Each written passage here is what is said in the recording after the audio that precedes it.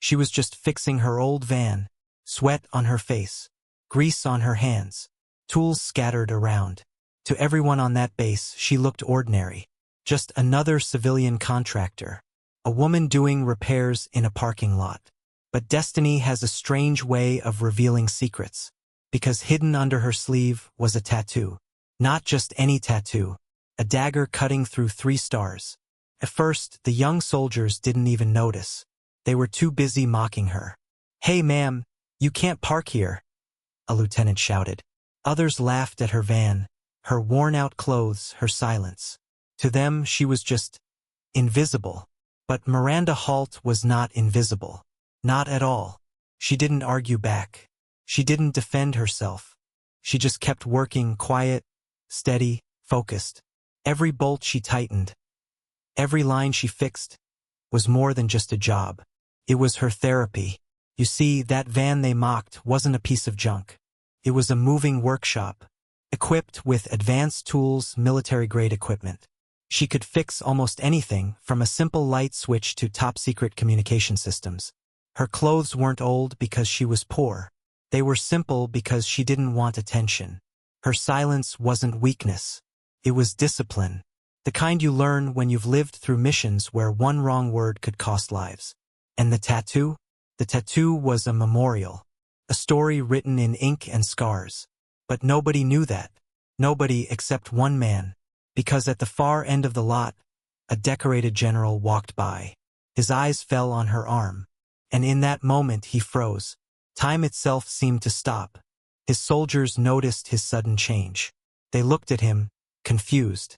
Why was their general staring at a mechanic like she was a ghost? The general whispered, almost to himself, "Is that Delta Echo 9? The words hit like thunder. Delta Echo 9. A name that didn't even exist in official records. A unit so secret that even the military denied it was real. And yet, here was a tattoo proving otherwise. Here was a woman carrying the mark of legends. The young soldiers still didn't understand.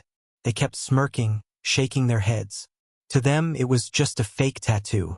But to the general, it was a doorway back to a mission he had never forgotten. A mission that had cost lives. A mission where every official report had said, everyone died. But standing in front of him, alive, quiet, and holding a wrench, was the impossible.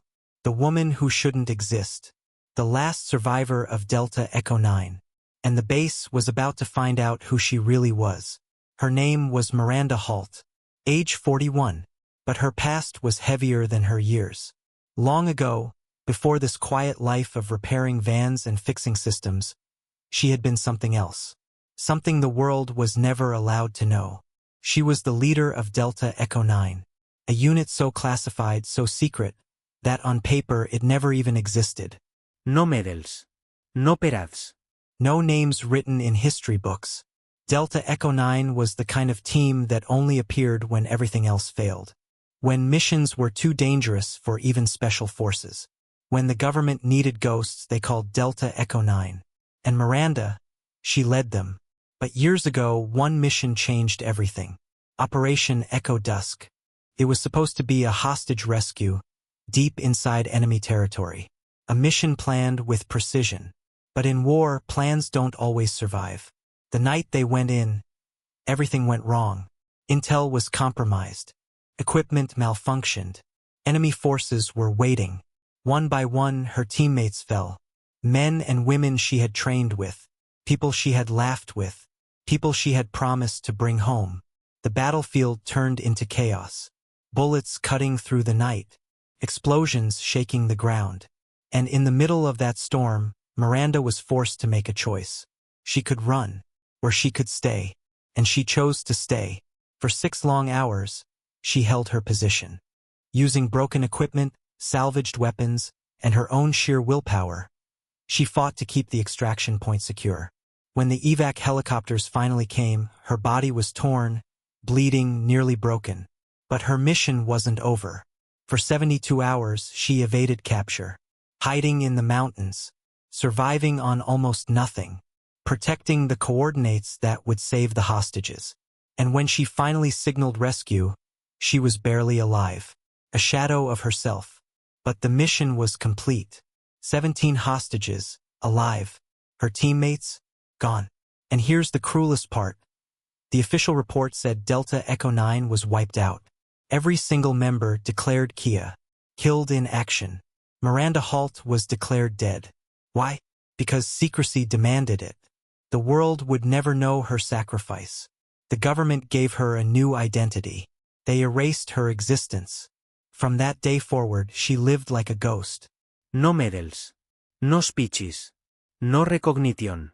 Just silence. And a tattoo on her arm. A dagger cutting through 3 stars. Each star, for a teammate who didn't make it home.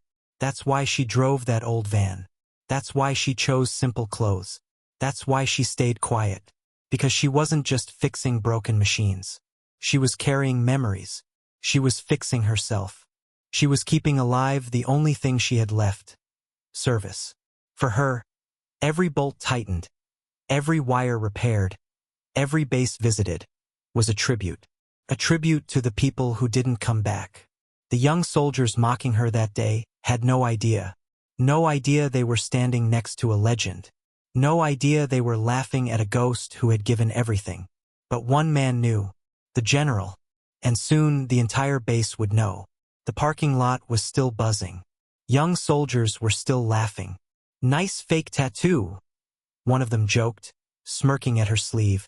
To them, Miranda was still just a contractor with dirty hands and an old van. But not to General Marcus Draven. He stood frozen, his eyes locked on the dagger and stars tattoo. His heart sank, and for the first time in years, the decorated 3-star general felt his knees weaken.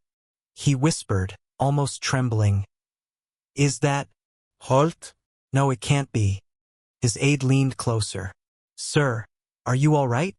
Draven's eyes never left her. That woman, she was declared dead. 8 years ago, in Echo Dusk. The aide frowned. "Sir, that's impossible. She's a civilian contractor." "No," Draven replied, his voice breaking. "She's a miracle." And with that, he removed his cap, straightened his uniform, and began walking. Every step forward caught the attention of those around him. 3-star generals didn't walk across lots for mechanics. Not with this much emotion on their face. Whispers spread. "What's going on? Why is the general heading toward her? Who is this woman?" Miranda sensed it too. She felt the weight of his presence even before she looked up. Her chest tightened. She had avoided this moment for years, the moment someone from her past would recognize her. And now it was here. She stood slowly, removing her glove. The tattoo was clear now, dagger, stars, scars. Her silence filled the air heavier than any shout. Draven stopped in front of her. The crowd fell completely silent. And then he did something no one expected. He removed his cap. His voice cracked as he said, "Lieutenant Holt, after all these years, thank you." The words hit like thunder. Gasps rippled through the soldiers. "Lieutenant? Holt? What was happening?" Miranda stood still, her face calm but her eyes heavy with memories. She whispered, steady but soft, "I didn't do it for medals. I did it for the ones who didn't come home." For a long second, no one moved. No one even breathed. And then Draven did what only the bravest leaders do.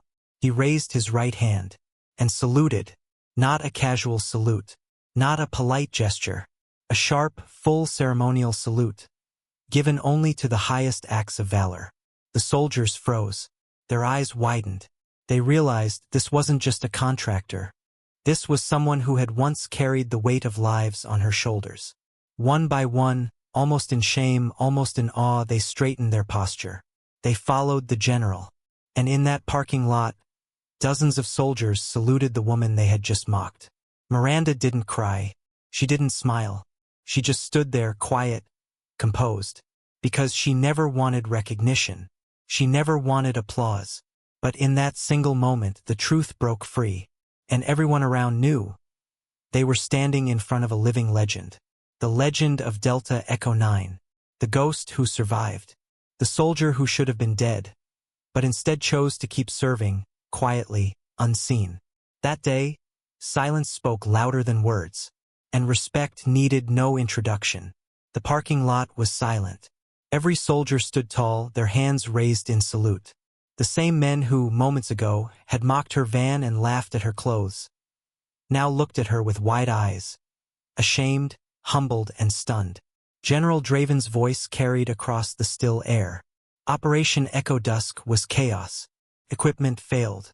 Intelligence collapsed. Everything that could go wrong went wrong. And yet, this woman stood her ground. She saved 17 lives, while losing almost everything. Whispers spread among the young troops. The same tattoo they thought was fake was now revealed as a memorial. The dagger, her weapon in the dark. The 3 stars, 3 teammates who never came home. And the faded scars around it, burns from shrapnel during that final firefight. It wasn't decoration. It was history. Living history written in ink and blood. Miranda spoke softly, her voice steady. 3 good soldiers died that night. I survived. That's not heroism. That's just what happened. The general shook his head firmly.